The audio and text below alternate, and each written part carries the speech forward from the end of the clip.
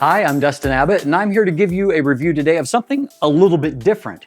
I've been interested in the idea of the increasingly popular e-bikes or electronic bikes that have been coming to market, kind of a hybrid system between an electronic motor to drive speed, but then also the ability to pedal, and so kind of the modern equivalent of the old moped.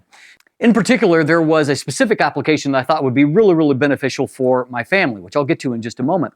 And so when one of the companies that manufacture these e-bikes, Hiboy, reached out to me and I looked at their proof of concept, I decided that I would be interested in reviewing it, even though it's a little bit different, I know, than my conventional fare on this channel. That specific application that I was looking at was the fact that my youngest son is still too young to drive. However, he works, he goes to school, and as a byproduct, it falls upon his mother and I to be his transportation. And I saw a golden opportunity for him to have some freedom to be able to tool around and to commute to his work and his school on something more efficient and also more flexible than the bike that he had been riding. And so I'm going to dive in and I'm going to look at some of the features and break it down. And then I'm actually going to bring my son on set towards the end of the review and take a look at some of the things, real world things that have been pros and cons for him. So let's take a little bit of a tour of what you've got here. This is a Class 3 e-bike, which if you look at the classifications, that means that this will allow you to go basically as fast as you can go while still legally operate on things like sidewalks. And so if you're looking for something for commuting within a city, for example, this is about as high-end in terms of power as you want to go. Now that power comes from a 500-watt brushless motor that is mounted back here. As someone who uses a lot of tools, I can tell you that having a brushless motor is important because it means that there are fewer things that are going to create friction and thus break down within the motor itself, making it longer lasting. Also, we have a powerful battery that is here and a clever battery design. Now, the charging comes via an XLR style port, and obviously there is an AC adapter that allows you to plug it into the wall. The charge time is one of the things that I would say is somewhat of a negative in that you need about 6 to 7 hours to get a full charge. But that is because we have a fairly high capacity battery here. The battery is 15 amp hours and it is a 48 volt battery. And so just to break down what that's going to give you, that gives you about a 40-mile range on pure electric. And if you're doing kind of a hybrid system, doing some pedaling, you can get up to 75 miles. And so a good amount of range. Now, I should point out that the advantage of a bike like this is the fact that even if you fully deplete your battery, you're not stuck. You just use it like a normal bike. And there is a 7-speed Shimano derailleur here that allows you to just operate it as a normal bike, even if you do truly exhaust your battery power. One of the things that I really like about this battery design is the fact that, number one, it's encased in a housing to where it is fully waterproof, so you're not worrying about the weather. There are also good-sized mud flaps on both ends. It means you end up with less spatter. My son tried to take the bike he was using for going to school before, early on in spring in the season, and it just so happened on that day that things started to melt. There was a lot of muck on the road. By the time he got home, he was spattered all the way up his backpack, the seat of his pants. He had to come home and change clothes. He's not had to do that since we started using the Hiboy because it has mud flaps that help. But one of the other things that I really like about this design is the fact that it is fully removable and so that you can actually charge it indoors. Now this all operates on a key system, and so the key goes in to where you're in the engaged position where the battery can be removed. Once you're in that position, you simply pull it up and out. It has a carrying handle, and you can take it in and you can charge it. And the fact, of course, obviously, that we have got a lock system means that the battery cannot be removed unless you are in the unlock position. And so it allows you to have some, safety for your actual battery to make sure that no one is just going to walk off without it or with it. And so the fact that the seat rotates up and then easily rotates back down and locks into place. Other features worth noting is that we do have a very bright LCD here that allows you to have an odometer, allows you to see what your charge state is for the battery, what your speed is, various things like that. We do have a very bright front headlight along with a tail light that also works as a brake light there, and it's bright enough to show up even during the day.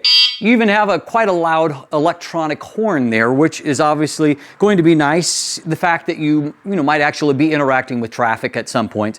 And so just another nice feature that is there as a part of the design. Now, braking comes from dual disc brakes, and so more powerful braking that, helps you to come down for the more powerful speeds. And so brake disc at the rear, brake disc at the front, that gives you more stopping power. I will also note that you have a kind of motorcycle style throttle there, as you can see the bike start to take off, because I twisted that handle. Now, as far as your speed here, you can get up to a top speed, my son has observed, right under 26 miles per hour, about 40 kilometers per hour, which is what you're limited at as far as the overall speed. Now, making for a more comfortable experience is the fact that there is a very nice and comfortable saddle that is included.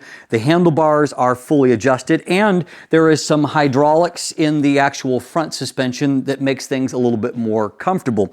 And so far, reports from him riding it regularly, I've just done a little bit, he's using it on a regular basis, is that he's not experiencing any kind of loss of feeling in his hands, and so the handlebars are good, and no loss of feeling in his seat either, due to a good comfortable saddle. You also have a rack here, and so you can strap things down, which might make it, again, if you're using it as a commuter type thing, it might allow you to do something like a grocery run or something similar, as long as you get creative in strapping everything down appropriately. As noted, the handlebars can be adjusted into the best ergonomic position for you. Obviously, the seat can be adjusted up and down. And I did note that in the specifics, they are giving the recommended range anywhere between 5.5 feet tall up to 6.5 feet tall. And so obviously, this is a design that is made for a lot of different body sizes, and it will support up to about 300 pounds. Now, obviously, a step-through design like this is preferred for a lot of people, particularly in a commute situation.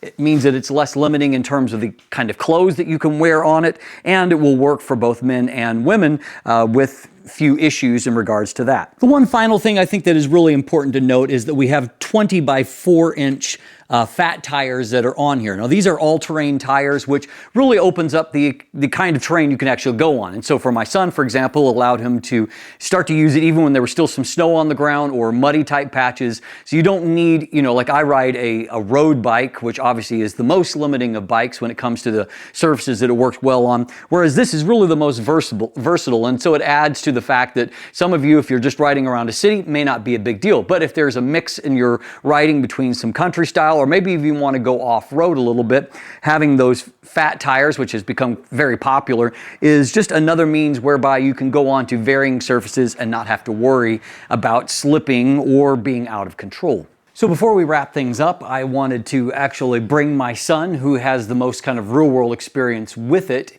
on screen, and to just ask him two things that he really likes about it, and two things that he's observed that he doesn't love about it. So let's start with the things that you really like. Tell me kind of your top two things, Ryan, that you think are great about the EX6. Yeah, so the two biggest things for me is, first off, obviously just the speed of it. It's a whole lot faster than doing a normal bike, and it's kind of like having a vehicle, and the fact that it's just easier to get around places than just normally biking. And then the second biggest pro would be the fact that that it's a lot easier. You're not constantly having to pedal, especially when you're going up hills. That's very, very easy compared to normal biking going up hills. A lot less effort needing to be put in. Okay. So how about the negatives? What has stood out to you as kind of the downsides? So one downside would be the fact that the pedaling, you can't, once it gets around 17 to 18 miles per hour, the pedaling kind of becomes obsolete. There's not enough really tension in there to make the pedaling do anything. And so then the other negative would be the fact that the battery life doesn't seem to be the 40 miles that I expected. So after taking it to and from school for 2 days, which would be around 17, 18 miles, the battery life indicator is down to 2 out of 5 bars, which that's obviously not at the level of 40 miles. Okay. And so in between there, the battery is going into the house, and so it's not being affected by the cold. So the only time it would be exposed to any kind of cold right now would be during the hours where you're at school. Yes. So overall, the cold shouldn't be the significant factor there. Now, obviously, this has not been a kind of a scientific test where you're trying to run from the complete battery charge all the way down to zero. I've never got it down fully, yes. But at the same time, it would be nice to be able to get maybe that third day of riding out of it before the battery is fully depleted. And I remember there was one day that you did come home from riding where you kind of pushed it that extra bit, and basically by the time you got home, you were pretty much purely pedaling. It was to the place where there's almost no electric assistance left. Now, one thing with that day, it was a colder day, and it had been outside all day at school, so that could have impacted the performance. I haven't seen that much of a performance drop in terms of speed since that day, even when it's gotten low. Okay. So that could be an environmental factor. All right, good to know. Well, thanks, Ryan, for some real-world tips, and hopefully that has helped you in some of his real-world highs and lows in terms of the performance of the Hiboy EX6. So in summation, let's take a look at what I have found as a reviewer as to be some of the strengths and weaknesses of the Hiboy EX6. In terms of some of the pros, obviously this is a very efficient form of transportation. I've noted that it takes my son only about 2 to 3 minutes less time than what it would be for me to drive him to school, for example. And over the distance that he travels to school, this really is not all that much slower on the typical, conditions in our town. It's not much slower than what it would be driving in a vehicle. And obviously, if you're talking about a city application, it could be that commuting on this would be faster than what it would be actually trying to do it in a car, not to mention all the implications when it comes to parking and things like that. And the reality that it is an electronic motor means that you could, just to look at a few possibilities, not only, can you do this just charging it within your own home, but there's also the possibility that if you set it up with some solar, you could actually run this purely off of just out of sun's power, which hard to get much more efficient than that. It also allows you to have a reasonable amount of speed and a comfortable ride. Now, obviously, the difference compared to a car is you are exposed to the elements, so it doesn't fully replace that, but at the same time, it does provide a decent riding experience. Also, everyone that's jumped on this has commented on how fun it is. 25 miles an hour or slightly over that doesn't sound like a lot of speed, but trust me, it feels a whole lot faster when you're on a bike than what it does if you're in a vehicle. And so there is enough of overall fun factor there that actually makes it an enjoyable experience. And of course, you could take it out just for fun, not for practicality. Some people use it almost like a dirt bike type thing, and so out on trails. And for that kind of application, it can be a whole lot of fun. The fact that it has a removable battery, I think, offers a whole lot of pluses. It gives you more flexibility. For example, if you lived, say, in an apartment life, something like that, to where if you're removing the battery, it means that it's just one extra element of safety for it, and means that you're able to charge. If typically your charging situation would be out in cold, it means that you can charge more efficiently by bringing it indoors where it's not trying to charge and fight against the cold temperatures at the same time. And as noted, I think that it is well constructed. Obviously, I can't give you the long-term evaluation of the overall build and design, but I can certainly say, from what I can see in terms of handling the parts and having assembled it, that it seems to be well put together. So that brings me to some of the cons.